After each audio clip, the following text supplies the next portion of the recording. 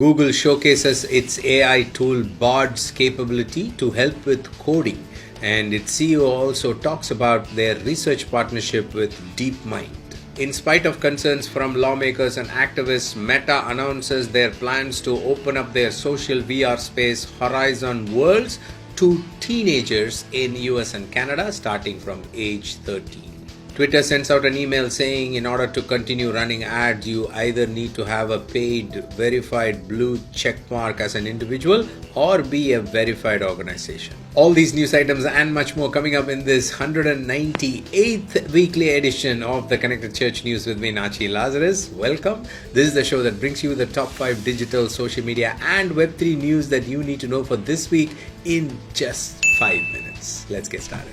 2 news items from Twitter that you may have to pay attention to. One, especially if you're running ads. Twitter emailed all its users saying that if you want to continue running ads, you need to have either a blue check mark as an individual, or if you're an organization, you need to have a verified organization badge. So something that might impact your advertising strategy. The next announcement is about the changes in their policy terms.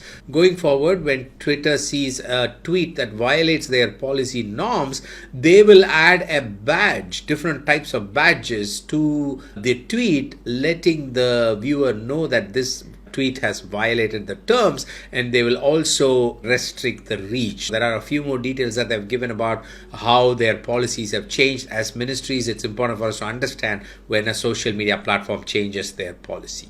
The race to dominate the AI space continues in the tech world, with Google making a couple of announcements. One about Google Bard's ability to help with coding.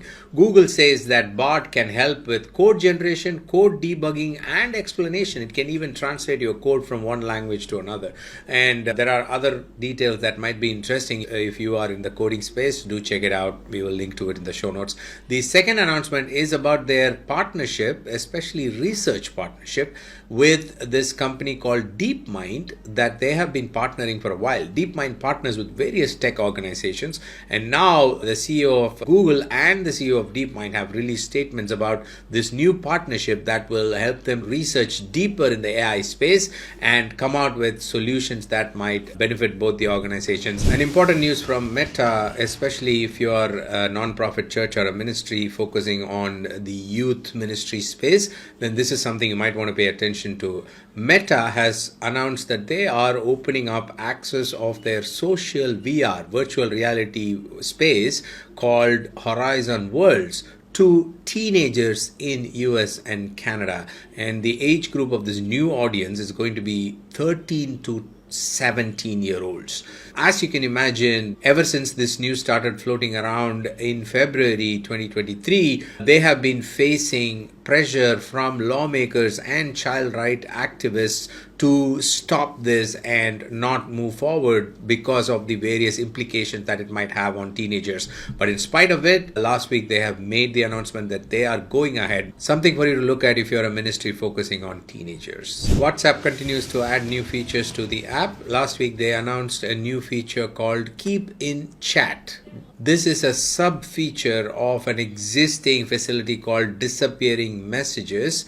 If you're a WhatsApp user, you know that disappearing messages can be sent between users, and the user will be able to open it just once, and then once the timer runs out, the message will vanish from their screen. Now, the recipient has an option called Keep in Chat. Even though you've sent a disappearing message, they can request you to allow them to keep it. So the moment they make the request, as a sender, you will have a notification saying, can you allow them to keep it? And only if you approve, it's going to be retained. This is sort of the opposite to what a disappearing message is, but I'm guessing WhatsApp just wants to keep things flexible. Ethereum Name Service, ENS, is an organization that lets you book a domain name with an extension .eth, which has multiple uses for the Web3 space. Now, ENS has partnered with MoonPay, which is one of the Web3 payment organizations, which also offers fiat currency payment, which means you can use regular bank accounts and non-cryptocurrencies to make payments and book your domain name. If If you as an organization have not thought about or checked out the options to book a ENS domain name for your ministry, then this might be a good opportunity for you to do that, even if you do not have a crypto or a wallet set up. If you have any questions or need more details about any of the stories we talked about, especially about the ENS domain, how to book it and so on, then do leave us a comment wherever you're listening to me, or simply DM me at Nachi Lazarus on Instagram or Twitter. We'll make sure we get you all the information. I'll see you next week with another set of news items. Until then, you stay connected and stay blessed.